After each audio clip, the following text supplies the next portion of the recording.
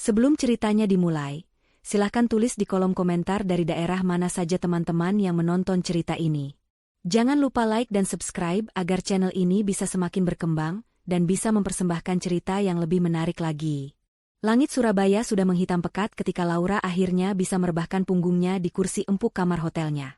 Di luar, dari jendela lantai 25, lampu kota berkelip seperti permadani permata yang tak berujung.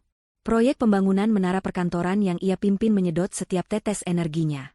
Sebagai arsitek utama, 2 minggu di kota ini adalah masa kritis di mana fondasi dan struktur awal harus diawasi dengan ketelitian setingkat dewa. Ia memijat pelipisnya, merasakan dengung kelelahan yang menyenangkan, jenis kelelahan yang datang setelah seharian penuh bekerja produktif. Ia baru saja akan memejamkan mata sejenak sebelum mandi air hangat, ketika ponselnya di atas nakas bergetar tanpa henti. Nama Tony, suaminya, tertera di layar. Laura menghela napas. Biasanya, mereka hanya bertukar pesan singkat saat ia sedang dinas luar kota, sekadar bertanya kabar atau mengucapkan selamat malam. Panggilan beruntun seperti ini terasa tidak biasa. Ia mengabaikan panggilan pertama, kedua, dan ketiga, berpikir mungkin Tony hanya iseng. Namun, rentetan pesan WhatsApp mulai masuk dengan notifikasi yang agresif. Laura, angkat penting. Disusul dengan, ada deal besar nih, dan puncaknya, kita kaya mendadak. Rasa penasarannya mengalahkan rasa lelahnya. Dengan sedikit firasat aneh, ia menekan tombol hijau pada panggilan keempat yang masuk. Ada apa, Ton? Aku baru saja sampai di hotel, kata Laura. Suaranya serak karena seharian berteriak di tengah bisingnya lokasi proyek. Di seberang sana, suara Tony terdengar yang luar biasa, penuh euforia yang membuat Laura mengerutkan kening. Sayang, kamu nggak akan percaya ini. Aku punya berita super bagus, seru Tony, suaranya sedikit terengah seolah baru berlari maraton. Laura menunggu, mencoba sabar. Berita apa? Tanyanya. Tony terdengar mengambil napas dalam-dalam, seolah sedang mempersiapkan sebuah pengumuman akbar. Aku berhasil. Aku berhasil menjual rumah warisanmu yang di kampung. Hening. Laura merasa otaknya berhenti bekerja selama beberapa detik. Ia pasti salah dengar. Kelelahan ini pasti membuatnya berhalusinasi. Rumah warisannya? Rumah kayu panggung dengan halaman luas yang ditinggalkan neneknya? Rumah yang menjadi satu-satunya tempat ia merasa benar-benar pulang? Apa maksudmu, Ton? Menjual? Jangan bercanda, aku sedang lelah sekali. Balas Laura, ada nada peringatan dalam suaranya.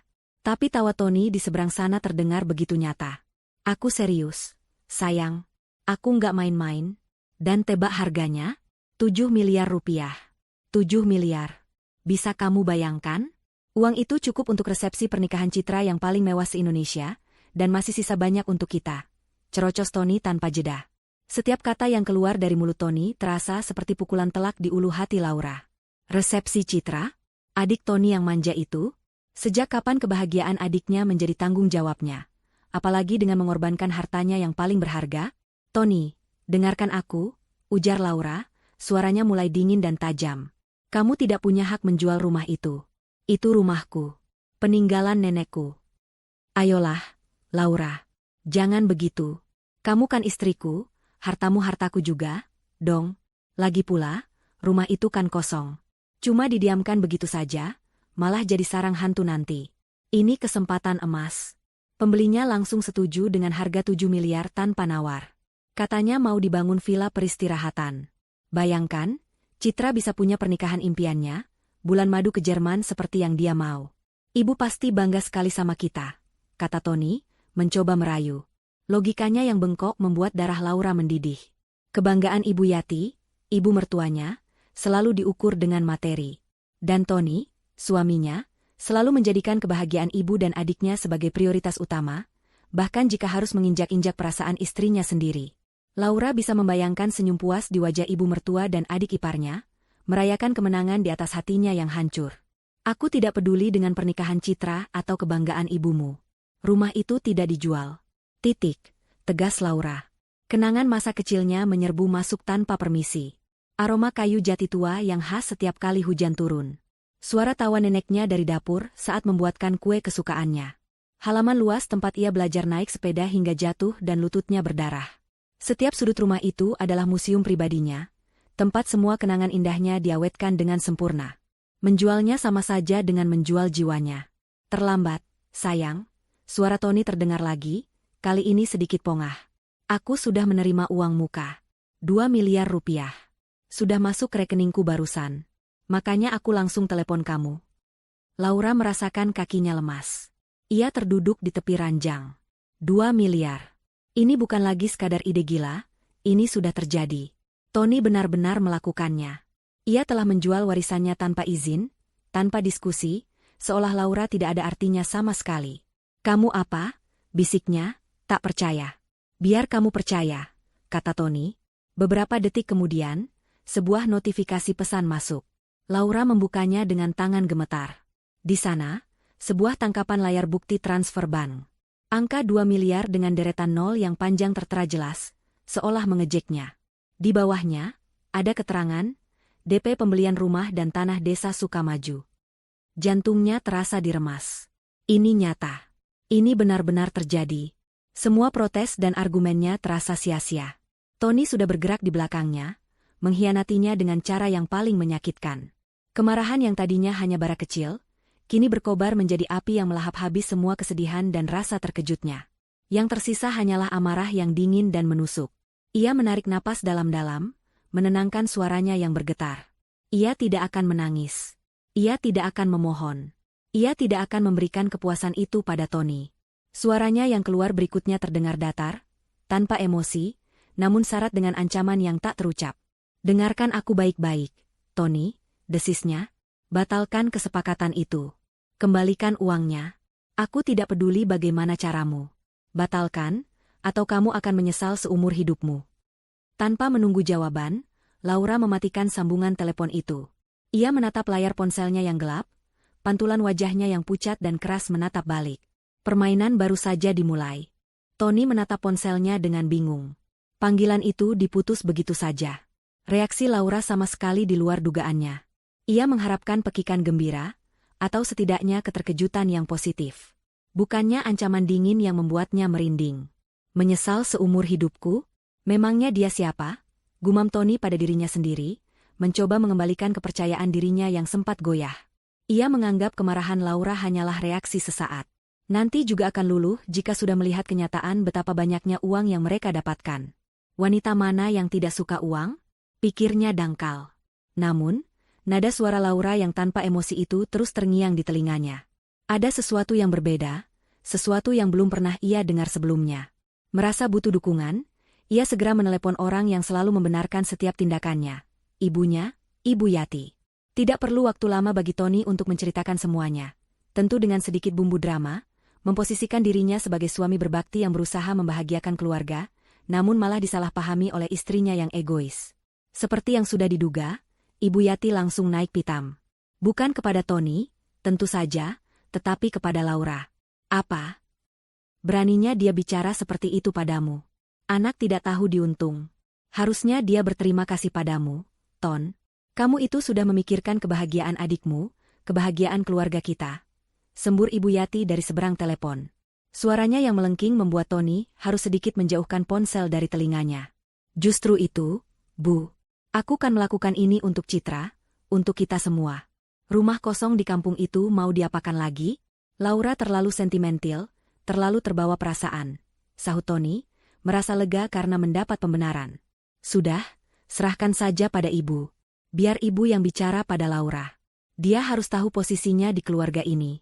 Dia itu hanya menantu. Ada kewajiban untuk ikut memikirkan keluarga suami.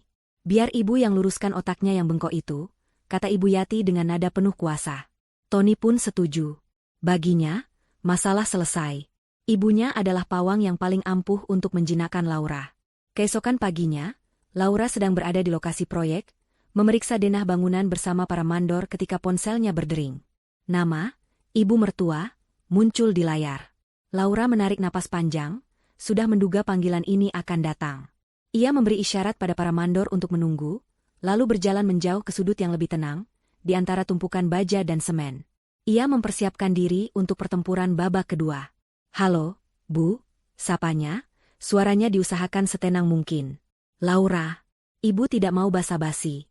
Tony sudah cerita semuanya. Ada apa denganmu? Kenapa kamu jadi egois begini? Langsung saja Ibu Yati menyerang tanpa jeda.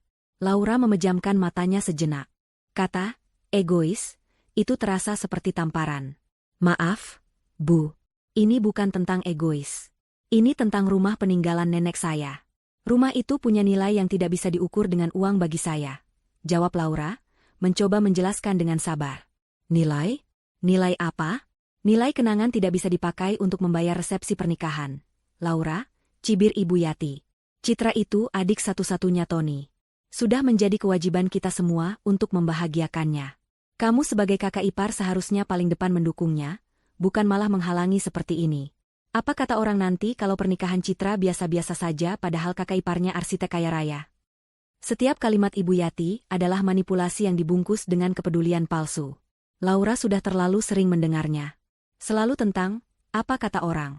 Selalu tentang, kewajiban. Selalu tentang menempatkan kebutuhan Citra dan Tony di atas segalanya. Kebahagiaan Citra bukan tanggung jawab saya, Bu. Apalagi jika harus mengorbankan satu-satunya harta peninggalan keluarga saya, balas Laura, ketenangannya mulai retak. Oh, jadi begitu? Sekarang kamu sudah merasa hebat, ya? Sudah jadi orang kota, jadi lupa dari mana asalmu?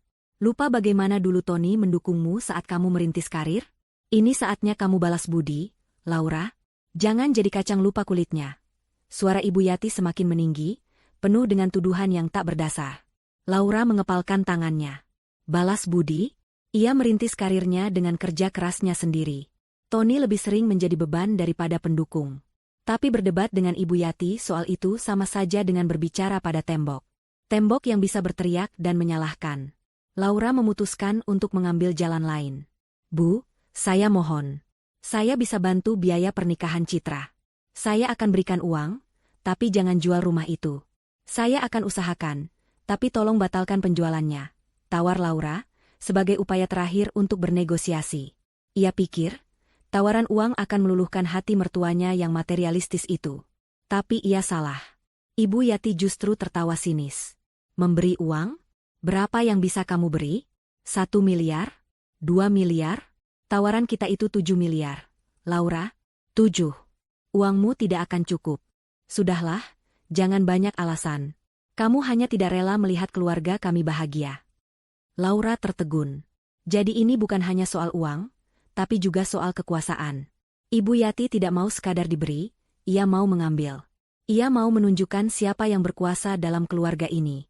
Ia mau membuktikan bahwa apa yang menjadi milik Laura, pada akhirnya, adalah milik mereka juga. Saat itulah Laura sadar, tidak ada gunanya lagi berbicara. Tidak ada ruang untuk logika atau perasaan. Di mata mertuanya, ia hanyalah sebuah mesin ATM, sebuah aset yang bisa dicairkan kapan saja mereka butuh. Rasa sakit di hatinya karena pengkhianatan Tony kini bercampur dengan rasa muak yang mendalam terhadap keluarga suaminya. Hening sejenak di telepon, sebelum akhirnya Ibu Yati berbicara lagi. Kali ini, suaranya turun beberapa oktav, menjadi desisan dingin yang penuh dengan racun dan penekanan. Itu adalah suara yang tidak menerima bantahan, suara seorang diktator yang menjatuhkan vonis. Dengar, Laura. Ibu tidak bertanya pendapatmu. Ibu memberitahumu. Rumah itu tetap akan dijual, dengan atau tanpa persetujuanmu. Anggap saja ini baktimu pada keluarga yang sudah menerimamu. Paham? Kata-kata itu menggantung di udara, berat dan mengancam. Laura merasakan gelombang kemarahan yang luar biasa, begitu kuat hingga membuatnya sulit bernapas. Tangannya yang memegang ponsel gemetar, bukan karena takut, tapi karena amarah yang sudah mencapai puncaknya. Ia tidak menjawab. Ia tidak perlu menjawab. Dengan satu gerakan tegas, ia mematikan sambungan telepon itu. Ia menatap kosong ke arah kerangka bangunan di hadapannya. Baja-baja kokoh yang menjulang ke langit. Ia akan menjadi seperti baja itu. Keras, dingin, dan tidak akan bisa dibengkokkan. Mereka telah menyatakan perang. Dan Laura tidak akan pernah mundur dari pertempuran ini. Kembali di lokasi proyek, di antara deru mesin dan teriakan para pekerja, Laura berdiri diam selama beberapa saat.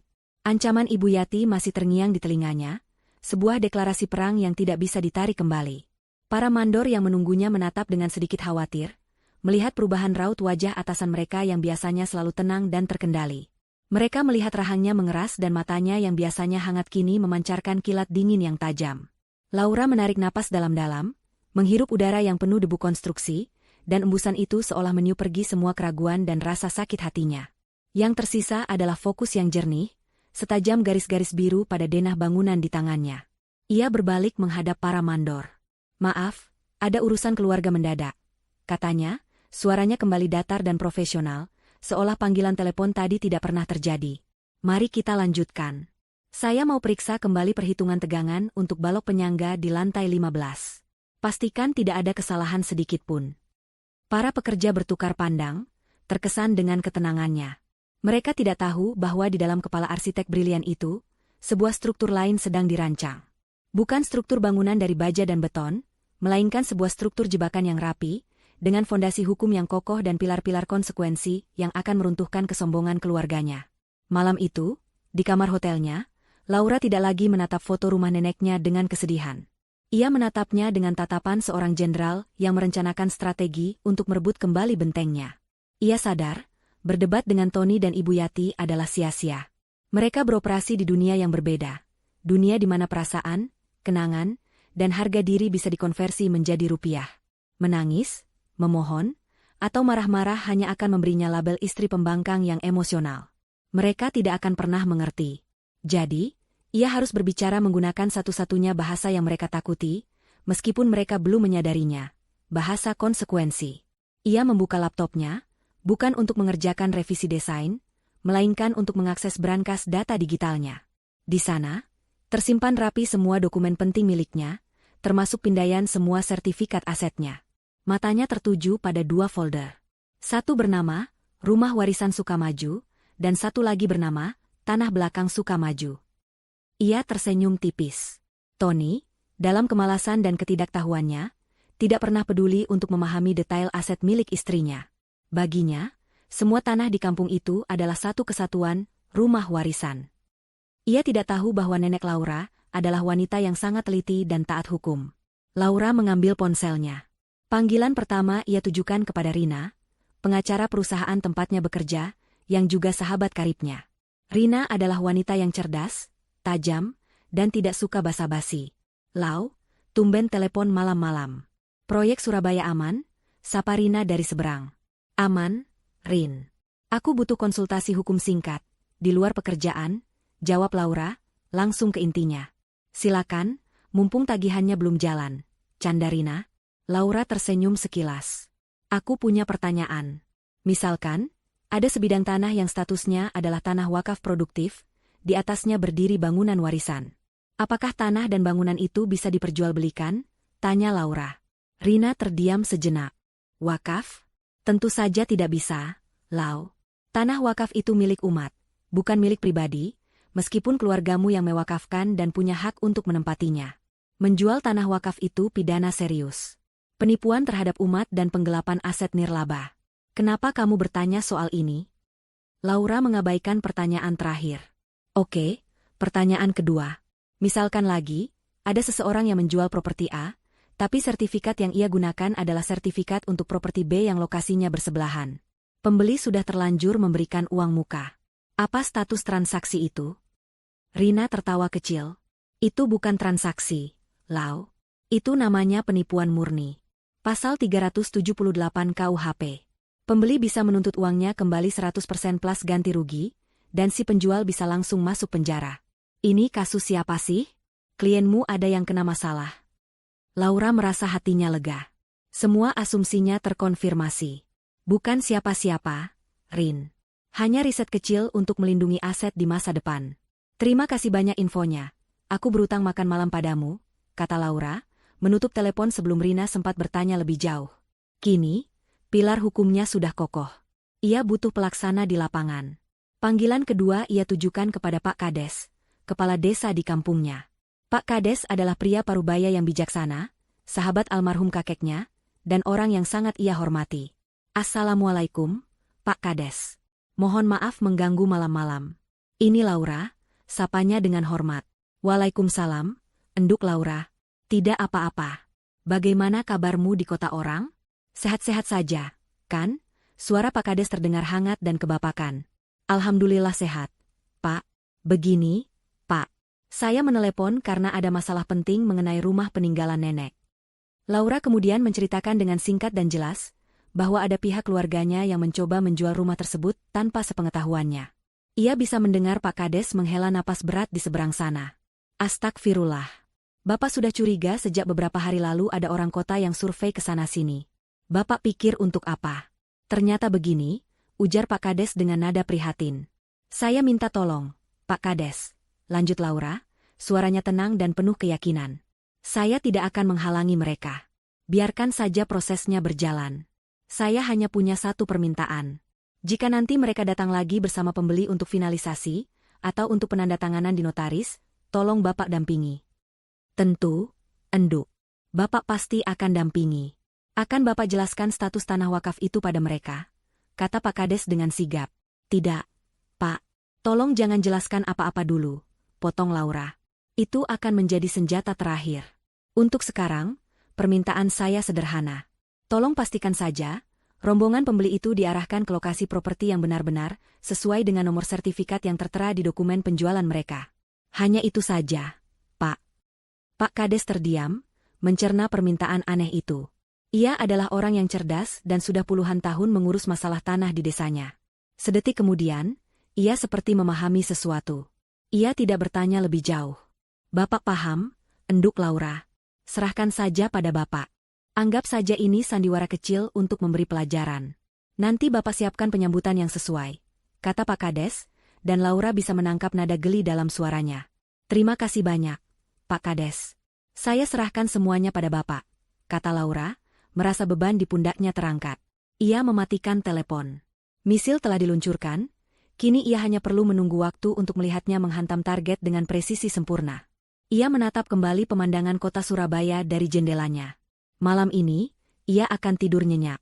Sementara Laura menyusun strateginya dalam sunyi, di belahan kota lain, Tony, Ibu Yati, dan Citra sedang merayakan kemenangan mereka dengan gegap gempita.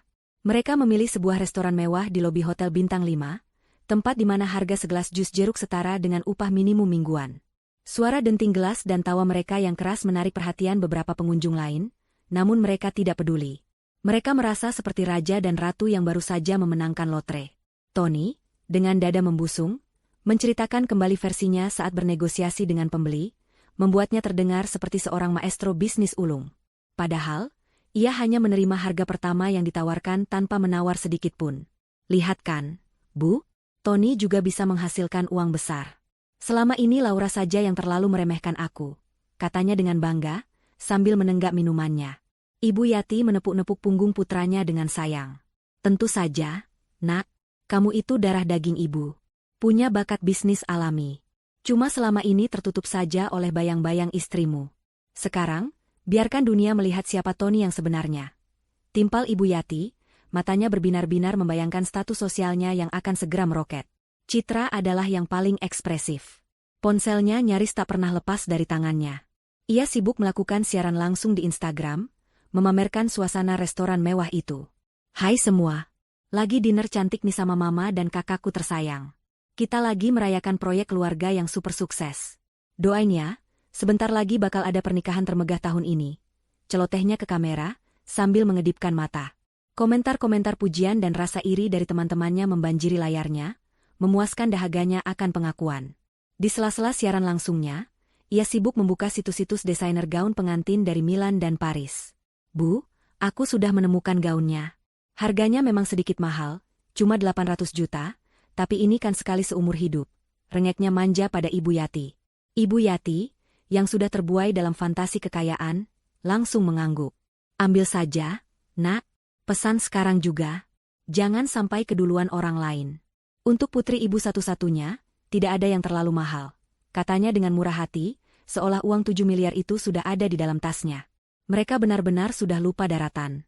Keesokan harinya, pesta belanja mereka berlanjut dengan lebih gila. Mereka menghubungi salah satu wedding organizer paling terkenal di ibu kota. Tanpa ragu, mereka langsung membayar uang muka sebesar 500 juta rupiah untuk paket pernikahan paling premium, yang mencakup dekorasi ballroom hotel dengan ribuan mawar impor, penampilan dari penyanyi papan atas, dan liputan media eksklusif. Tony bahkan sudah berani datang ke dealer mobil mewah, melakukan test drive untuk sebuah sedan Eropa terbaru. Nanti kalau sudah lunas, saya ambil yang warna hitam ini, katanya dengan gaya sombong kepada sales mobil. Ibu Yati pun tak mau ketinggalan. Ia sibuk menghubungi teman-teman arisannya, mengabarkan rencana pernikahan putrinya yang akan digelar di hotel termewah, dengan nada yang sengaja dibuat rendah hati padahal penuh kesombongan. Ia menikmati setiap tatapan iri dan decak kagum dari teman-temannya. Ini adalah puncak hidupnya. Di tengah euforia itu, tak ada satupun dari mereka yang memikirkan Laura. Atau lebih tepatnya, mereka sengaja tidak memikirkannya. Ancaman Laura dianggap sebagai angin lalu, drama seorang istri yang merasa dilangkahi namun pada akhirnya akan takluk oleh pesona uang. "Sudah kamu hubungi lagi Laura?" tanya Ibu Yati pada Tony di sela-sela kesibukan mereka memilih souvenir pernikahan dari katalog. Tony menggeleng. "Untuk apa? Biarkan saja dia tenang dulu.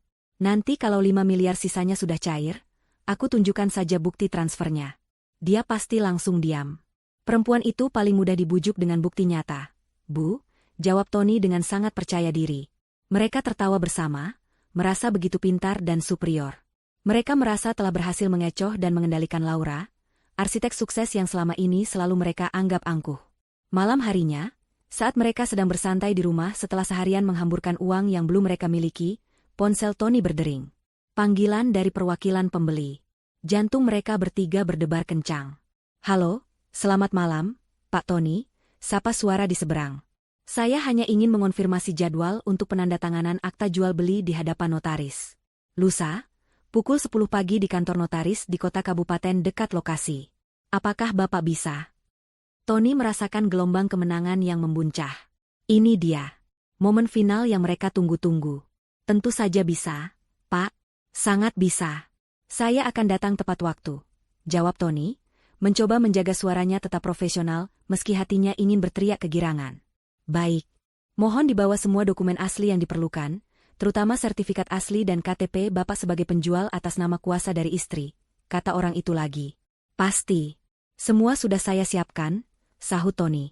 Setelah panggilan berakhir, ia langsung melompat dari sofa dan memeluk ibu serta adiknya. "Berhasil. Lusa kita cair 5 miliar, teriaknya. Ibu Yati dan Citra menjerit bahagia. Mereka berpelukan, menari-nari kecil di ruang tamu. Di puncak kebahagiaan mereka, Tony mengambil ponselnya. Ia membuka kontak Laura dan dengan senyum penuh kemenangan, ia mengetik sebuah pesan singkat yang penuh dengan ejekan terselubung. "Lihat, semua bahagia tanpamu. Pelunasan 5 miliar tinggal 2 hari lagi saat penandatanganan akta jual beli." Ia menekan tombol kirim, membayangkan wajah masam Laura saat membaca pesan itu. Ia tidak tahu, di Surabaya, Laura membaca pesan itu dengan senyum yang sangat berbeda. Senyum seekor singa betina yang melihat mangsanya berjalan santai memasuki perangkap. 2 hari berlalu seperti dalam sekejap mata bagi Laura. Hari penandatanganan akta jual beli tiba, namun di Surabaya, itu hanyalah hari Rabu biasa yang sibuk. Pukul 9 pagi, Laura sudah berdiri di lantai 30 sebuah gedung setengah jadi, mengenakan helm proyek dan rompi keselamatan. Angin ketinggian meniup-niup ujung rambutnya yang tergerai dari helm.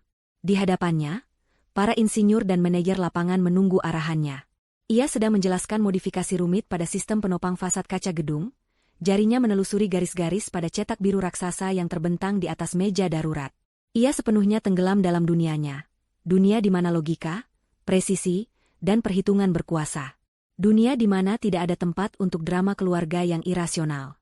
Ia merasa kuat di sini, berkuasa, dan memegang kendali. Sebuah perasaan yang kontras dengan apa yang coba direbut darinya. Tepat pukul 10:05, ponselnya di dalam saku mulai bergetar. 1 kali. 2 kali, 3 kali. Ia tahu persis siapa yang menelepon. Tony. Waktunya tiba.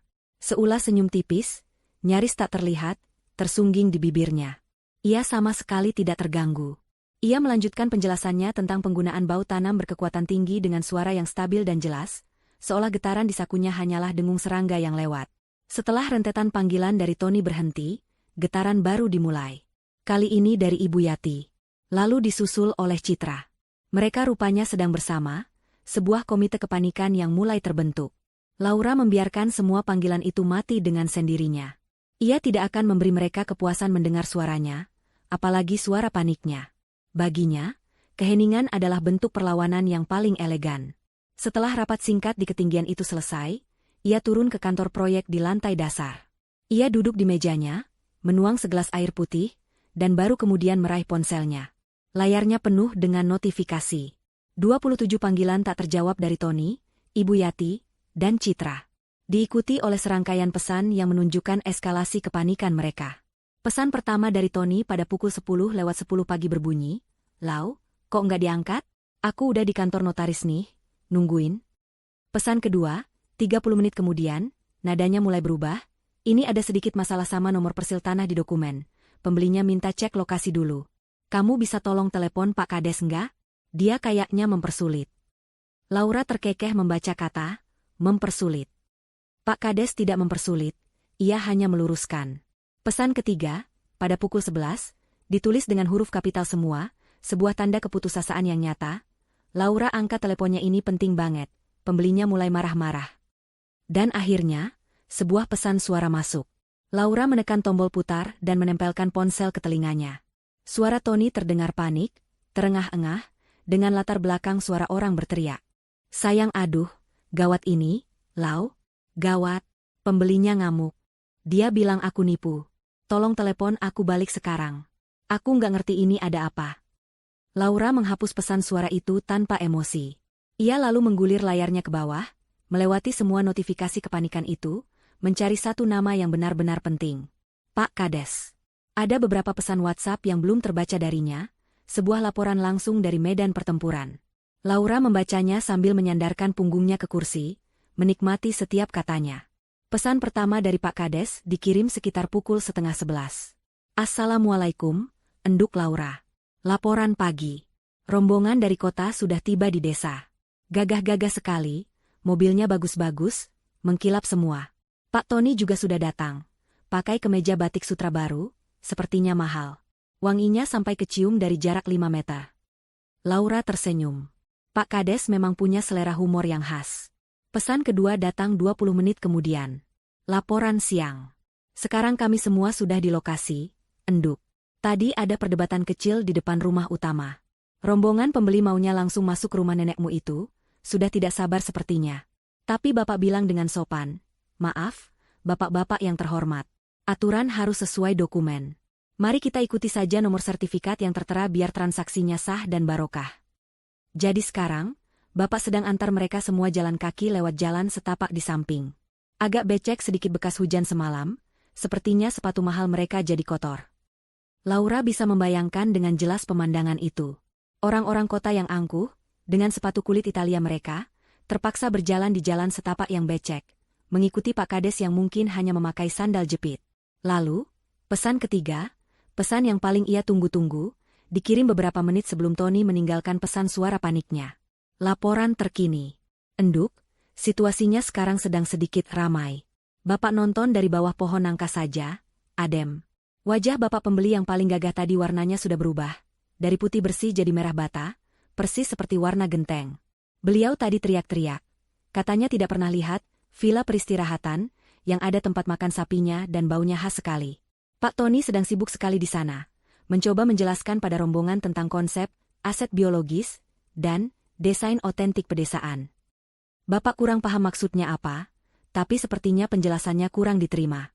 Salah satu sapi nenekmu juga sepertinya ikut tegang, dari tadi melenguh terus tidak berhenti." Membaca kalimat terakhir, Laura tidak bisa menahannya lagi. Tawa yang sejak tadi ia tahan akhirnya meledak. Bukan tawa keras yang mengejek, melainkan tawa lega yang tulus, tawa kemenangan yang manis. Ia menatap kembali cetak biru di mejanya, struktur kokoh yang ia rancang. Ternyata, struktur jebakannya pun berdiri sama kokohnya. Mari kita putar waktu kembali ke 2 jam sebelumnya. Tony mengendarai mobilnya menuju kota kabupaten dengan perasaan di puncak dunia. Kemeja batik sutra terbaiknya terasa licin dan mewah di kulitnya. Parfum mahal yang ia semprotkan seolah menjadi aura kesuksesan yang mengelilinginya. Hari ini adalah hari pembuktiannya. Hari di mana ia akan menunjukkan pada Laura, pada ibunya, pada dunia, bahwa ia bukan sekadar suami yang menumpang hidup pada kesuksesan istrinya. Ia adalah seorang negosiator ulung, seorang kepala keluarga yang mampu menghasilkan uang miliaran. Ia tiba di kantor notaris yang megah, sebuah bangunan modern dengan pilar-pilar besar. Di ruang tunggu, ia bertemu dengan Pak Hartono, sang pembeli, seorang pengusaha properti bertubuh tegap dengan wajah tegas. Di sampingnya, duduk 2 orang yang tampak seperti tim hukumnya, dengan koper kulit dan tatapan tajam. Tony menjabat tangan mereka semua dengan mantap, memancarkan kepercayaan diri yang ia paksakan. Awalnya, semua berjalan lancar. Notaris membacakan detail-detail awal. Namun, suasana mulai berubah ketika salah satu pengacara Pak Hartono mengangkat alisnya. "Mohon maaf, Pak Notaris, Pak Tony," katanya sambil menunjuk selembar dokumen. Di proposal awal dan foto-foto yang diberikan Pak Tony, objeknya adalah bangunan utama yang besar di depan. Namun, nomor persil tanah dan luas yang tertera di draft sertifikat ini merujuk pada plot tanah yang berbeda di bagian belakang, dengan luas hanya 300 meter persegi. Apakah ini tidak salah ketik? Jantung Tony berdebar sedikit. Ia sama sekali tidak memperhatikan detail itu. Ia hanya mengambil fotokopian sertifikat yang ada di laci meja Laura. "Oh, itu sama saja, Pak. Satu kompleks, satu kepemilikan. Bagian dari properti utama," jawab Tony sedikit gugup, mencoba terdengar meyakinkan. Pak Hartono menatapnya tajam. "Saya tidak berbisnis dengan asumsi, Pak Tony. Kita harus pastikan objeknya benar sebelum saya mentransfer sisa 5 miliar. Sebaiknya kita tinjau langsung lokasinya sekarang juga untuk klarifikasi." Mau tak mau, Tony setuju. Dalam hatinya ia mengutuk Laura yang tidak rapi dalam menyimpan dokumen. Rombongan mobil mewah itu pun berangkat dari kantor notaris menuju desa. Sepanjang jalan, Tony terus meyakinkan mereka tentang keindahan dan potensi investasi dari rumah warisan itu. Ketika mereka tiba di depan gerbang, ia membusungkan dadanya. "Nah, itu dia, Pak Hartono. Megah, kan? Warisan asli, kayu jatinya tidak ada duanya," serunya, menunjuk rumah panggung yang memang tampak anggun dan berwibawa. Pak Hartono dan timnya tampak terkesan. Mereka mengangguk-angguk setuju. Kemenangan sudah di depan mata, pikir Tony. Namun, saat mereka akan melangkah masuk, sesosok pria parubaya yang tenang dan berwibawa muncul dari samping rumah. "Itu Pak Kades. Selamat datang di desa kami, bapak-bapak yang terhormat," sapa Pak Kades dengan senyum ramah. "Perkenalkan, saya kepala desa di sini. Tadi saya dihubungi Pak Notaris untuk ikut menyaksikan prosesnya." Tony merasa sedikit lega dengan kehadiran Pak Kades, berharap kehadirannya bisa memperlancar urusan. Ia salah besar. "Mari, Pak, silakan masuk," kata Tony. Pak Kades mengangkat tangannya dengan sopan. "Sebentar dulu, Pak Tony. Tadi pesan dari Pak Notaris, kita harus memastikan semuanya sesuai dengan dokumen hukum yang ada. Demi kebaikan semua pihak," katanya dengan tenang. Ia lalu menatap rombongan pembeli. "Mari, bapak-bapak, saya antarkan langsung ke properti yang nomor sertifikatnya tercantum di dalam draft perjanjian jual beli Bapak." Dengan isyarat tangan, Pak Kades mulai berjalan. Anehnya, ia tidak berjalan menuju tangga rumah utama, melainkan menyusuri jalan setapak berumput di samping rumah. "Loh, Pak Kades, kok ke belakang?" tanya Tony, kebingungannya mulai muncul. Pak Hartono dan timnya saling berpandangan, lalu mengikuti Pak Kades. Tony, dengan perasaan tak enak, terpaksa ikut di belakang. Jalan setapak itu sedikit licin. Salah satu pengacara hampir terpeleset, sepatunya yang mengkilap kini bernoda tanah basah. Mereka berjalan melewati kebun pisang dan kandang ayam kecil. Aroma pedesaan yang otentik mulai tercium, campuran bau tanah lembab, dedaunan, dan kotoran ternak. Dan di sanalah, di ujung jalan setapak, berdiri tujuan akhir mereka. Sebuah bangunan kayu tua yang kusam, dengan beberapa papan yang sudah lapuk dan atap seng yang mulai berkarat di beberapa bagian. Di sampingnya ada gudang jerami yang pintunya sedikit miring. Dari dalam bangunan itu, terdengar suara lenguhan pelan, dan dua kepala sapi yang besar menengok keluar dari jendela tanpa kaca dengan tatapan polos. Hening. Rombongan dari kota itu berhenti melangkah, terpaku menatap pemandangan di depan mereka. Wajah Pak Hartono yang tadinya terkesan kini perlahan berubah menjadi bingung, lalu tidak percaya, dan akhirnya memerah karena amarah yang tertahan. Tony sendiri merasa dunianya berputar. Otaknya berusaha keras memproses apa yang terjadi. Ini tidak mungkin. Pasti ada kesalahan. Ini hanya kandang sapi tua milik nenek Laura. Pak Hartono berbalik perlahan, menatap Tony. Matanya menyipit, berbahaya.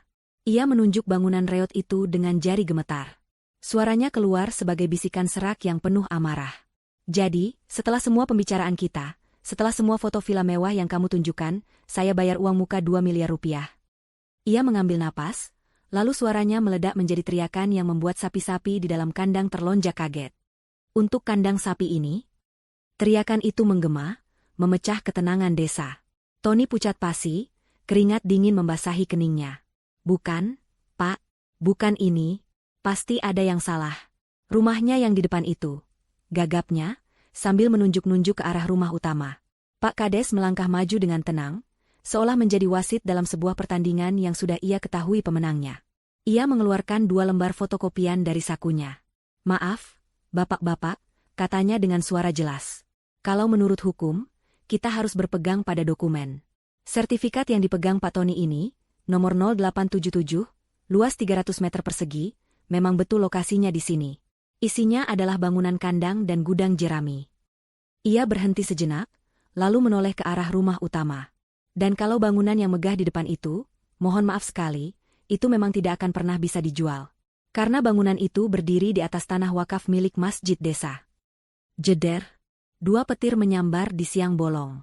Satu mengungkap kebodohan Tony, dan yang kedua mengungkap tindakan ilegalnya. Wajah Tony berubah dari pucat menjadi seputih kertas. Di tengah kekacauan itu, saat Pak Hartono mulai berteriak tentang penipuan dan penjara, salah satu sapi di dalam kandang mengeluarkan suara lenguhan yang panjang dan keras. Mo! Seolah menjadi musik latar yang sempurna untuk tragedi komedi yang baru saja terungkap. Teriakan murka Pak Hartono adalah pemecah keheningan yang brutal. Suaranya, yang diperkuat oleh amarah seorang pengusaha besar yang merasa dipermalukan, seolah membuat udara di sekitar kandang sapi itu bergetar. Tony berdiri membeku. Setiap kata yang diucapkan Pak Kades dan Pak Hartono berdengung di telinganya seperti lonceng kematian. Kandang sapi, tanah wakaf, penipuan, penjara. Kata-kata itu berputar-putar di kepalanya, menghancurkan sisa-sisa kesombongan yang ia bangun selama beberapa hari terakhir. Ia mencoba membuka mulut untuk membela diri, tetapi tidak ada suara yang keluar. Tenggorokannya tercekat, lidahnya terasa keluh. Tapi fotonya, sertifikatnya, saya hanya mengambil yang ada di laci. Akhirnya ia berhasil mengeluarkan beberapa patah kata yang terdengar seperti rengekan anak kecil, bukan pembelaan seorang pria dewasa. Salah satu pengacara Pak Hartono maju selangkah, tatapannya dingin dan penuh cemooh. "Pak Tony, di mata hukum, foto tidak memiliki kekuatan apapun dibandingkan sertifikat tanah yang sah. Dan ketidaktahuan Bapak mengenai aset yang Bapak jual bukanlah alasan yang bisa diterima, melainkan bukti kelalaian yang fatal, atau lebih buruk lagi, niat buruk untuk menipu. Bapak telah salah merepresentasikan objek jual-beli secara terang-terangan." Setiap kata dari pengacara itu adalah paku yang menancap di peti mati harapan Tony. Pak Hartono, yang wajahnya masih merah padam, menunjuk lurus ke wajah Tony. "Saya tidak peduli dengan alasan bodohmu. Saya tidak mau tahu. Uang muka saya, 2 miliar rupiah, harus kembali utuh ke rekening saya sebelum matahari terbenam hari ini. Tidak kurang 1 sen pun," bentaknya. "Jika tidak, saya pastikan pengacara saya membuat laporan polisi malam ini juga dengan tuduhan penipuan dan penggelapan. Kamu tahu hukuman untuk pasal itu? Bisa lebih dari 4 tahun penjara." Ancaman penjara membuat kaki Tony lemas. Ia hampir terjatuh jika tidak berpegangan pada tiang kayu kandang yang lapuk. Debu dan serpihan kayu kering menempel di telapak tangannya yang basah oleh keringat dingin. "Tapi uangnya sebagian sudah dipakai untuk DP," bisiknya putus asa. Pak Hartono tertawa, tawa yang sama sekali tidak lucu. "Itu bukan urusan saya. Itu urusanmu dengan keserakahan keluargamu. Jual mobilmu. Jual rumah ibumu. Saya tidak peduli. Uang saya kembali, atau kamu tidur di sel malam ini." Ia menggeram. Tidak berhenti di situ, ia menambahkan, "Dan saya akan pastikan namamu hancur di dunia bisnis. Semua orang akan tahu siapa Tony, si penipu yang mencoba menjual kandang sapi seharga 7 miliar. Kamu tidak akan pernah bisa mendapat pinjaman bank atau kepercayaan dari siapapun lagi seumur hidupmu." Harga diri Tony hancur berkeping-keping. Ia bukan lagi negosiator ulung, ia adalah bahan tertawaan. Ia tidak tahan lagi. Dengan sisa tenaga yang ia miliki, ia berbalik dan lari. Ia benar-benar lari meninggalkan tempat itu, tidak mempedulikan teriakan dan makian yang mengejarnya. Ia berlari menyusuri jalan setapak yang becek, tidak peduli sepatunya yang mahal kini penuh lumpur. Ia berlari melewati rumah utama yang megah, yang kini terasa seperti monumen raksasa yang mengejek kebodohannya. Ia masuk ke dalam mobilnya, membanting pintu, dan tancap gas meninggalkan desa itu dengan perasaan terhina yang luar biasa. Sambil menyetir dengan tangan gemetar dan mata nanar, ia menelepon ibunya. Ibu Yati menjawab dengan nada ceria. "Halo, Nak, bagaimana? Sudah beres? Kapan cair 5 miliarnya?" Tangis Tony pun pecah. Ia meraung seperti anak kecil di telepon. "Bu, gagal, semua gagal total," isaknya. Di rumah, Ibu Yati dan Citra yang sedang asyik melihat-lihat katalog bulan madu di Jerman, langsung terdiam. Wajah mereka tegang. "Gagal bagaimana? Tony? Apa maksudmu? Tanya Ibu Yati, suaranya mulai meninggi. Tony, di sela-sela isak tangisnya yang menyedihkan, mencoba menceritakan semuanya. Tentang kandang sapi, tentang tanah wakaf, tentang amukan Pak Hartono, tentang tuntutan pengembalian uang 2 miliar sebelum malam tiba, tentang ancaman penjara. Semakin banyak Tony menjelaskan, semakin pucat wajah Ibu Yati dan Citra. Fantasi mereka tentang gaun desainer, pernikahan mewah, dan liburan ke Eropa meledak menjadi abu di depan mata mereka. Apa? Kandang sapi? Tanah wakaf? Pekik Ibu Yati, tak percaya. Kemarahannya kini meledak, bukan pada Laura, tapi pada putranya sendiri. Bodoh kamu, Tony, kenapa kamu tidak periksa dulu sertifikatnya baik-baik? Bagaimana bisa kamu salah membedakan rumah dengan kandang sapi? Kamu sudah mempermalukan ibu. Citra mulai menangis histeris. Jadi pernikahanku bagaimana, Bu? Gaunnya sudah aku pesan. Hotelnya sudah di DP. Uangnya tidak bisa kembali. Ratapnya sambil memukul-mukul sofa. Di tengah kepanikan itu, telepon rumah mereka berdering. Ibu Yati mengangkatnya dengan kasar. Halo? Bentaknya. Suara ramah dari seberang terdengar. Selamat siang, Ibu Yati. Kami dari pihak wedding organizer. Hanya ingin mengingatkan, sesuai perjanjian, sisa pembayaran untuk venue hotel sebesar 1,5 miliar rupiah jatuh tempo akhir minggu ini. Kami hanya ingin mengonfirmasi jadwal pelunasannya. Ibu Yati langsung menutup telepon tanpa menjawab. Jantungnya berdebar kencang. Belum sempat ia bernapas, ponsel Citra berdering. Dari butik gaun pengantin, menanyakan sisa pembayaran 700 juta rupiah. Satu persatu, telepon dari para vendor mulai berdatangan. Telepon-telepon yang beberapa hari lalu menjadi sumber kebanggaan, kini berubah menjadi teror.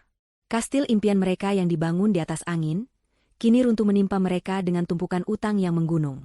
Tony akhirnya tiba di rumah, wajahnya kuyu seperti mayat hidup. Ia, ibunya, dan adiknya kini duduk bersama di ruang tamu yang terasa menyesakan. Tak ada lagi tawa kemenangan. Yang ada hanyalah keheningan yang mencekam, diselingi isak tangis putus asa Citra. Realita, dalam bentuk utang 2 miliar dan ancaman penjara, baru saja menampar mereka dengan sangat keras. Di Surabaya, senja mulai turun, mewarnai langit dengan sapuan jingga dan ungu. Laura baru saja menyelesaikan rapat terakhirnya hari itu. Ia merasa puas. Proyek berjalan sesuai jadwal, semua masalah teknis berhasil ia atasi dengan solusi yang efisien. Ia kembali ke kamar hotelnya, menyeduh secangkir teh kamomil hangat, dan berjalan menuju balkon. Dari ketinggian, ia menatap kerlip lampu kota yang mulai menyala satu persatu. Ia meraih ponselnya. Layarnya masih dipenuhi notifikasi panggilan tak terjawab dan pesan-pesan panik. Ia tersenyum. Ia telah membiarkan mereka cukup lama merebus diri dalam kuah kepanikan yang mereka masak sendiri. Sekarang, saatnya untuk menyajikan hidangan penutup. Dengan ketenangan seorang pemenang, ia tidak menjawab panggilan mereka. Sebaliknya, ia yang menelepon. Ia menekan nomor Tony, sengaja memilih untuk berada dalam posisi yang memegang kendali penuh atas percakapan.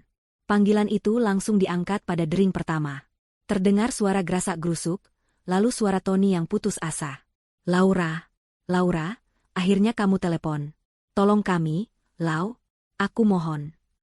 Dari latar belakang, Laura bisa mendengar suara isak tangis Citra dan desahan frustrasi Ibu Yati.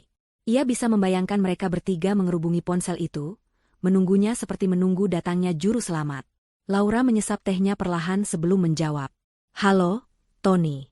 Maaf baru bisa menelepon balik, sibuk sekali di sini. Ada apa ya? Tadi kayaknya banyak sekali yang mencoba menghubungiku. Sepertinya penting sekali, katanya dengan nada suara yang ringan dan tanpa beban, seolah ia benar-benar tidak tahu apa-apa. Kepolosan pura-pura itu adalah putaran pertama pisau yang ia tancapkan. Penting, Lau? Ini sangat penting. Gawat, seru Tony. Penjualannya salah besar. Pembelinya ngamuk, dia minta uangnya kembali hari ini juga. 2 miliar, Lau. Kami tidak punya uang sebanyak itu. Dia juga mengancam akan memenjarakan aku. Tolong, Lau, tolong bicara padanya. Kamu kan pintar negosiasi. Tolong jelaskan padanya kalau ini hanya salah paham. Rengek Tony, semua harga dirinya sudah lenyap. Ibu Yati merebut ponsel dari tangan Tony. Laura, ini semua gara-gara kamu. Kenapa kamu tidak bilang dari awal soal tanah wakaf itu? Kenapa kamu menjebak anakku sendiri? Teriaknya histeris. Laura tertawa kecil, Tawa yang terdengar sangat merdu sekaligus mengerikan di telinga mereka. Menjebak? Bu? Saya rasa tidak. Saya tidak pernah menyuruh Tony untuk menjual apapun. Saya tidak pernah menyuruhnya mengambil sertifikat yang salah. Dan saya tidak pernah menyuruh kalian menghamburkan uang muka untuk pesta yang di luar kemampuan kalian, jawab Laura dengan tenang. Saya hanya diam. Dan ternyata, hanya dengan diam saja sudah cukup untuk menunjukkan kualitas asli kalian. Ia melanjutkan, dan soal salah paham. Apanya yang salah paham? Bukankah transaksinya sudah berjalan sesuai dokumen? Selamat ya, kalian sekarang sudah resmi menjadi juragan kandang. Sebuah pencapaian yang luar biasa. Sindiran telak itu membuat Ibu Yati terdiam, tak mampu berkata-kata. Jangan bicara begitu, Kak. Kini suara Citra yang terdengar, penuh isak tangis. Pernikahanku bagaimana? Semuanya hancur. Impianku hancur.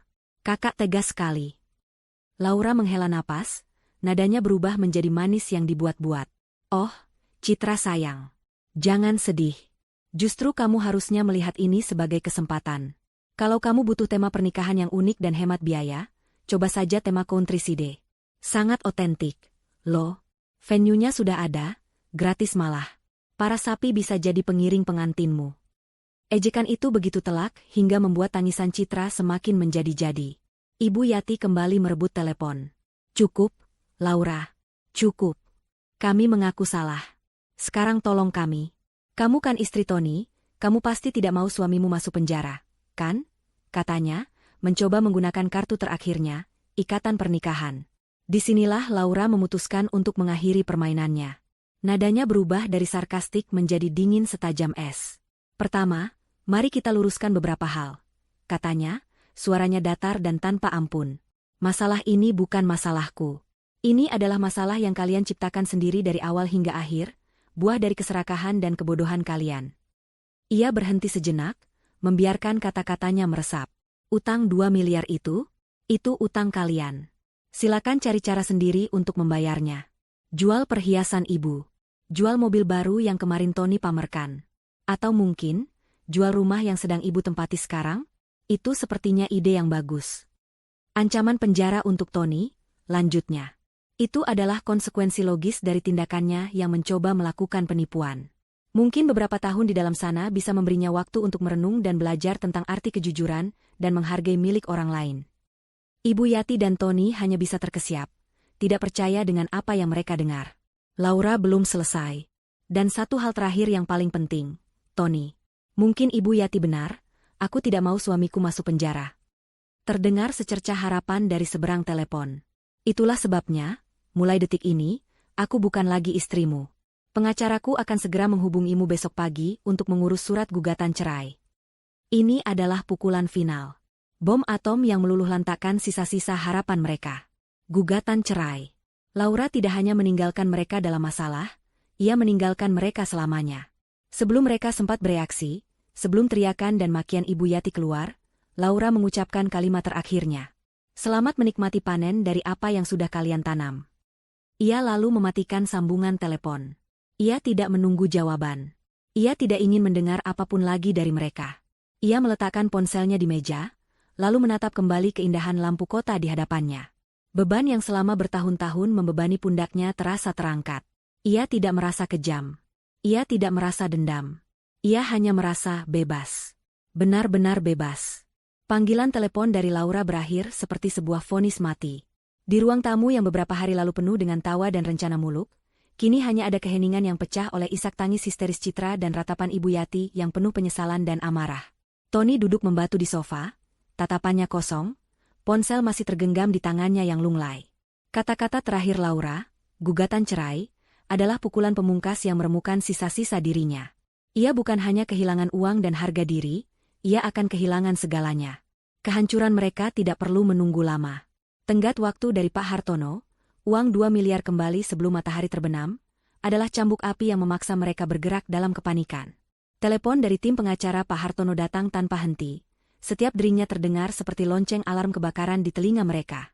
Langkah pertama adalah yang paling menyakitkan bagi Ibu Yati.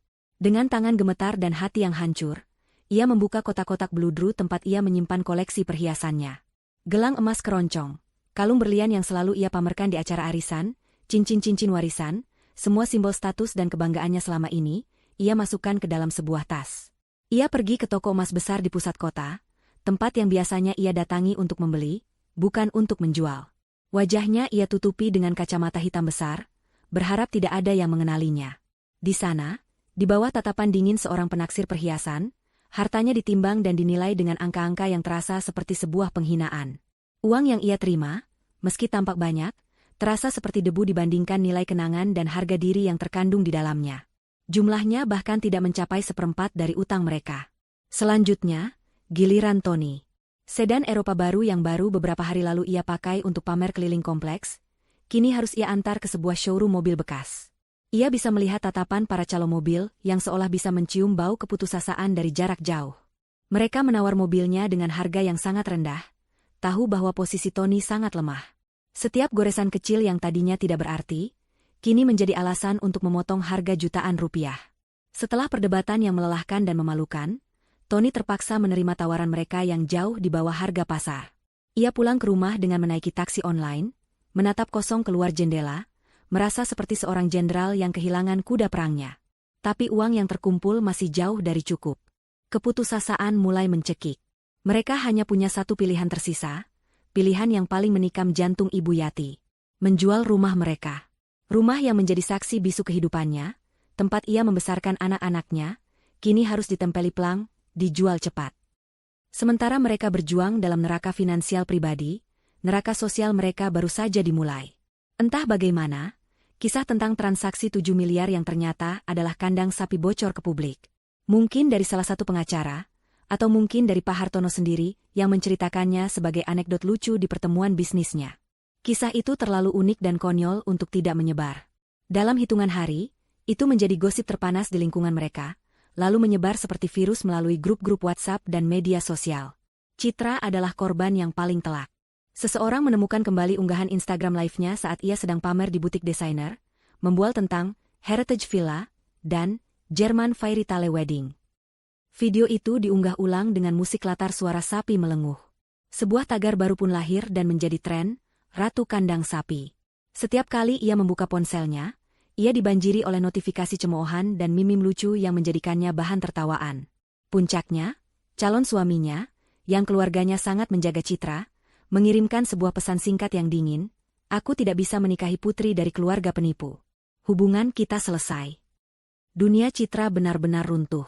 Ia mengurung diri di kamar, menolak untuk bertemu siapapun. Tony pun tidak luput dari penghakiman massa. Namanya yang hancur membuatnya mustahil mencari pekerjaan kantoran. Beberapa kali ia mencoba melamar, namun ditolak mentah-mentah begitu pihak perusahaan mengetahui latar belakangnya dari berita yang viral. Mereka akhirnya berhasil menjual rumah mereka dengan harga murah karena terdesak waktu. Tepat pada jam-jam terakhir tenggat waktu, mereka berhasil mentransfer uang 2 miliar itu ke rekening Pak Hartono. Mereka terhindar dari penjara, tetapi mereka kehilangan segalanya. Mereka terusir dari surga kenyamanan mereka dan terlempar ke dalam jurang kemelaratan. Dengan sisa uang yang ada, mereka menyewa sebuah kontrakan petak dengan 2 kamar sempit di pinggiran kota yang padat dan panas. Ibu Yati, yang terbiasa memerintah asisten rumah tangga, kini harus belajar mencuci bajunya sendiri. Citra, sang calon putri dongeng, kini harus berbagi kamar mandi dengan penghuni kontrakan lain. Bagi Tony, karma datang dalam bentuk yang paling puitis dan ironis. Setelah berminggu-minggu menjadi pengangguran, satu-satunya pekerjaan yang bisa ia dapatkan adalah menjadi pekerja kasar di sebuah peternakan sapi perah besar, beberapa puluh kilometer dari kota. Setiap pagi, sebelum matahari terbit, ia harus bangun untuk membersihkan kandang-kandang sapi yang luas. Bau amonia dan kotoran ternak yang dulu membuatnya muak di desa Laura, kini menjadi parfum sehari-harinya. Suatu sore, saat ia sedang menyekop kotoran sapi dengan tubuh penuh peluh dan wajah kotor, ia mendengar beberapa pekerja lain sedang tertawa terbahak-bahak sambil melihat ponsel. "Gila, masih ngakak aja aku tiap lihat berita ini," kata salah satu dari mereka. "Ada orang tolol mau jual kandang sapi seharga 7 miliar. Hahaha." Tony membeku, sekop di tangannya terasa berat. Mereka sedang menertawakannya. Ia menunduk, menyembunyikan wajahnya, melanjutkan pekerjaannya dalam diam. Di tengah bau kotoran dan suara lenguhan sapi yang tak ada habisnya, ia akhirnya menyadari, inilah nerakanya yang sesungguhnya. Ia telah menjadi lelucon dalam hidupnya sendiri. Beberapa bulan telah berlalu. Musim telah berganti, begitu pula dengan status dan kehidupan Laura. Proses perceraiannya dengan Tony berjalan cepat dan lancar. Tony, yang sudah kehilangan segalanya, tidak punya kekuatan atau keinginan untuk melawan.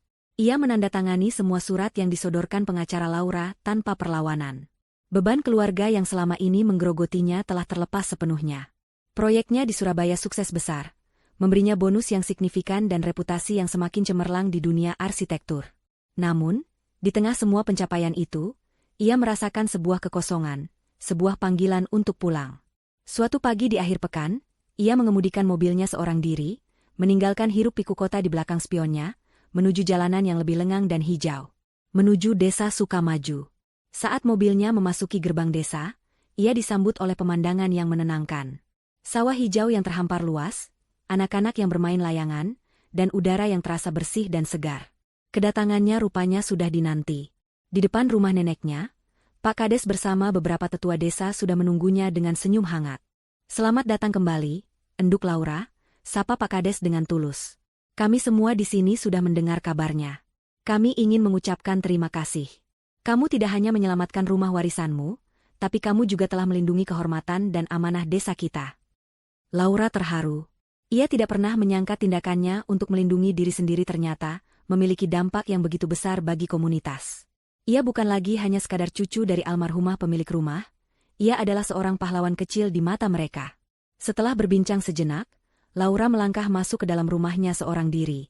Ia membuka semua jendela kayu yang besar, membiarkan cahaya matahari dan angin sepeu-sepau masuk memenuhi ruangan. Aroma kayu jati dan kapur barus yang khas langsung menyambutnya, membangkitkan kenangan-kenangan manis yang sempat ternoda. Ia berjalan perlahan, jemarinya menyentuh permukaan meja tua, kursi goyang neneknya, dan bingkai foto hitam putih di dinding. Di sini, di tempat ini, ia merasa utuh. Ia merasa damai. Ia duduk di teras depan, di bangku panjang tempat neneknya biasa merajut, memandang halaman yang luas dan rindang. Inilah istananya yang sesungguhnya, sebuah kerajaan kedamaian yang tidak akan pernah bisa dinilai dengan uang. Ia menghabiskan beberapa hari di sana, memulihkan jiwa dan raganya. Namun, Laura bukanlah tipe orang yang bisa diam berlama-lama. Matanya kemudian tertuju pada bangunan tua di belakang rumah, kandang sapi yang menjadi pusat dari semua drama. 2 ekor sapi peninggalan neneknya masih di sana, kini dirawat oleh seorang warga desa yang ia bayar.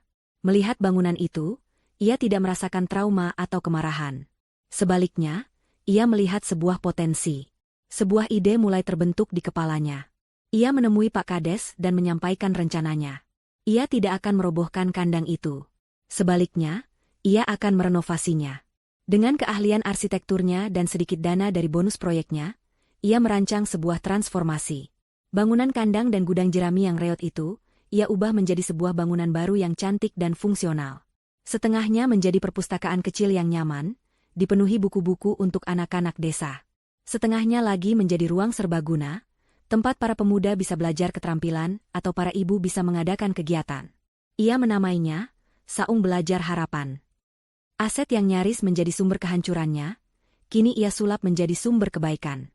Beberapa bulan kemudian, di sebuah hari yang cerah, Saung Belajar Harapan diresmikan. Seluruh warga desa berkumpul. Anak-anak berlarian dengan tawa riang, berebut masuk untuk melihat buku-buku baru.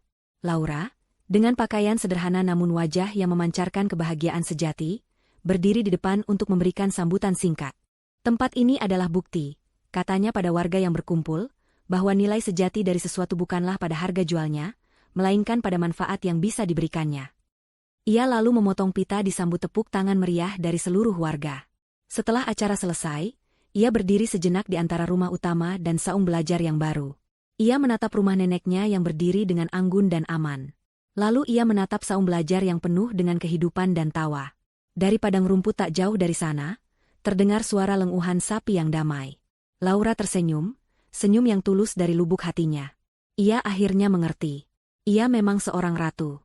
Bukan ratu properti kandang sapi seperti dalam ejekannya, melainkan ratu atas hidupnya sendiri, yang mampu mengubah warisan masa lalu menjadi harapan untuk masa depan. Dan itu adalah asetnya yang paling berharga. Rabu, 8 Oktober 2025. Setahun lebih telah berlalu sejak badai itu menerjang dan akhirnya reda, menyisakan langit biru yang cerah di atas kehidupan Laura. Hari ini, di desa Sukamaju, Udara terasa hangat dan penuh dengan aroma tumpeng yang baru diangkat serta tawa riang anak-anak. Di halaman belakang rumah warisan neneknya, di tempat yang dulu hanya berisi kandang reot dan gudang jerami, kini berdiri sebuah bangunan kayu yang cantik dan kokoh. Dindingnya dicat warna krem yang lembut, jendelanya besar-besar, dan terasnya dihiasi pot-pot bunga warna-warni. Di atas pintunya, terpasang sebuah plang kayu dengan ukiran sederhana, Saung Belajar Harapan. Hari ini adalah perayaan 1 tahun berdirinya saung itu. Laura, mengenakan blus batik sederhana dan celana panjang yang nyaman, berdiri di antara kerumunan warga. Ia tidak lagi terlihat seperti arsitek kota yang tegas dan dingin, melainkan seperti bagian yang tak terpisahkan dari desa itu. Ia sibuk membantu para ibu membagikan makanan, sesekali tertawa saat seorang anak kecil menarik-narik ujung bajunya untuk meminta tambahan kerupuk. Wajahnya memancarkan ketenangan yang dalam, kedamaian yang tidak bisa dibeli dengan harga berapapun. Proyek-proyek besarnya di kota besar masih berjalan, karirnya tetap menanjak, namun kini pusat gravitasinya telah bergeser. Kebahagiaannya tidak lagi diukur dari setinggi apa gedung yang ia rancang, melainkan dari selebar apa senyum yang bisa ia ciptakan di sini. Tidak terasa sudah setahun ya, enduk Laura, suara Pak Kades membuyarkan lamunannya. Pria parubaya itu berdiri di sampingnya, memegang secangkir kopi hitam. Lihat anak-anak itu. Dulu kalau sore mainnya di pinggir jalan, sekarang betah di saung sampai maghrib. Nilai-nilai mereka jadi jauh lebih bagus di sekolah. Laura tersenyum, matanya menatap kerumunan anak-anak yang sedang asyik membaca buku di teras saung. Ini semua juga berkat bantuan Bapak dan seluruh warga. Saya hanya memberikan wadahnya saja, jawab Laura dengan rendah hati. Pak Kades terkekeh. Wadah yang tepat di waktu yang tepat itu yang paling penting, enduk. Oh ya, beberapa hari lalu Bapak dengar kabar dari seorang kerabat yang tinggal di kota. Kabar tentang mereka. Laura terdiam sejenak. Mereka. Kata itu terasa begitu jauh, seperti gema dari kehidupan orang lain. Ia tidak lagi merasakan amarah atau sakit hati saat mendengar kata itu. Hanya ada kehampaan yang netral, seperti membaca berita tentang orang yang tidak ia kenal. Bagaimana kabar mereka, Pak? Tanyanya dengan nada tenang, lebih karena sopan santun daripada rasa penasaran yang sesungguhnya. Pak Kades menghela napas. Hidup itu memang adil, enduk. Roda itu benar-benar berputar. Katanya, mereka sekarang tinggal di kontrakan sempit di pinggiran kota. Ibu Yati sudah tidak pernah kelihatan di acara-acara sosialita. Citra, pernikahannya batal, sekarang kerja jadi kasir di toko swalayan. Dan Tony. Pak Kades berhenti, menatap Laura dengan prihatin. Dia kerja jadi buruh di peternakan. Membersihkan kandang, katanya. Laura tidak terkejut. Ia hanya mengangguk pelan. Tidak ada senyum kemenangan di wajahnya, tidak ada sorak-sorai di dalam hatinya. Yang ada hanyalah sebuah kesadaran bahwa alam semesta memiliki caranya sendiri untuk menyeimbangkan neraca. Di sudut lain kota yang panas dan berdebu, di dalam sebuah kontrakan petak yang pengap, kehidupan terasa seperti sebuah hukuman yang tak berkesudahan. Ibu Yati duduk di depan televisi tabung tua, menonton sinetron tentang keluarga kaya raya dengan tatapan kosong yang pahit. Rumahnya yang dulu megah, perhiasannya yang berkilauan, dan teman-teman arisannya yang dulu menjilat, kini terasa seperti mimpi indah dari masa lalu yang tak akan pernah kembali. Setiap hari ia harus berdebat dengan Citra soal uang belanja yang tak pernah cukup. Hubungan ibu dan anak yang dulu dipenuhi kemanjaan, kini dipenuhi racun saling menyalahkan. Citra baru saja pulang kerja, melempar tasnya ke lantai dengan kasar. Wajahnya kuyu, kakinya pegal karena berdiri selama 8 jam. Julukan Ratu Kandang Sapi yang pernah viral itu, meski sudah jarang disebut, telah meninggalkan luka permanen di harga dirinya. Ia membenci hidupnya, membenci ibunya yang mendorongnya untuk punya mimpi selangit, dan membenci kakaknya yang bodoh. Tony pulang saat hari sudah gelap. Tubuhnya lengket oleh keringat dan bau menyengat yang tak kunjung hilang, meski sudah ia guyur dengan sabun. Ia membawa sebungkus nasi dan lauk seadanya, lalu duduk makan sendirian di pojok ruangan. Tidak ada lagi sapaan hangat atau obrolan keluarga. Mereka bertiga hidup di bawah satu atap. Namun jiwa mereka terpisah bermil-mil jauhnya. Malam itu, saat sedang makan, ia mendengar suara tawa dari kontrakan sebelah yang sedang menonton acara komedi di televisi. Salah satu pelawak di layar berteriak, "Dasar otak udang. Disuruh jual mobil, malah jual kandang sapi." Tawa penonton di studio bergemuruh. Tony berhenti mengunyah. Nasi di mulutnya terasa seperti pasir. Lelucon itu, lelucon tentang dirinya, kini telah menjadi komedi nasional. Ia menunduk, menatap sisa makanannya dengan nanar. Rasa malunya sudah mati rasa, tergantikan oleh kehampaan yang dingin. Ia tidak lagi menyalahkan Laura. Ia hanya menyalahkan takdir dan kebodohannya sendiri. Roda itu memang telah berputar, dan ia kini berada di bagian paling bawah, tergilas oleh lumpur yang ia ciptakan sendiri. Kembali di desa Sukamaju, matahari mulai terbenam, melukis langit dengan warna keemasan. Acara syukuran sudah selesai. Para warga sudah pulang ke rumah masing-masing, meninggalkan keheningan yang damai. Laura duduk sendirian di bangku teras rumah neneknya, memegang cangkir teh hangatnya. Ia menatap ke depan. Di sebelah kiri, berdiri rumah warisannya yang kokoh, sebuah simbol dari akar dan masa lalunya yang ia lindungi dengan sekuat tenaga. Di sebelah kanan, berdiri Saung Belajar Harapan, bangunan yang lahir dari puing-puing pengkhianatan, sebuah simbol dari masa depan dan harapan yang ia bangun untuk orang banyak. Ia akhirnya mengerti arti kekayaan yang sesungguhnya. Bukan tentang angka 7 miliar di rekening bank. Bukan tentang kemewahan yang bisa dipamerkan. Kekayaan sejati adalah kedamaian di hati, kemampuan untuk memberi, dan kebebasan untuk menentukan jalan hidup sendiri. Ia menghirup dalam-dalam udara desa yang sejuk, merasakan kebebasan itu meresap ke dalam setiap sel tubuhnya. Babak lama dalam hidupnya telah benar-benar berakhir. Dan di hadapannya, terbentang lembaran-lembaran baru yang masih putih bersih, siap ia isi dengan kisah-kisah yang jauh lebih indah.